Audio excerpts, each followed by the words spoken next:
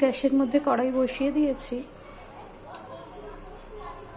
দিয়ে দিচ্ছি সাদা তেল বা রিফাইন্ড অয়েল। তেলটা হালকা গরম হয়ে গেছে, দিয়ে দিলাম রসুন বাটাটা। রসুনটা হালকা ভেজে দিয়ে এর মধ্যে আমি চিকেনটা দিয়ে দেবো।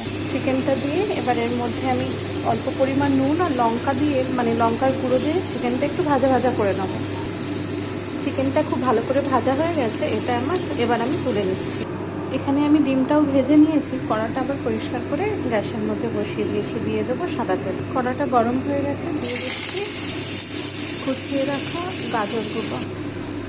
গাজর ক্যাপসিকামটা হালকা নাড়াচাড়া করে মাঝখানে একটু জায়গা করে নিয়েছি। এখানে দেবো রসুন বাটাটা।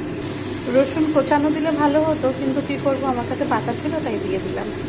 চাউমিনটা আমার প্রায় রেডি হয়ে গেছে। এখানে কোচানো পেঁয়াজ আছে, এটা দিলে আমার চাউমিনটা রেডি। আমার রেডি চাউমিন।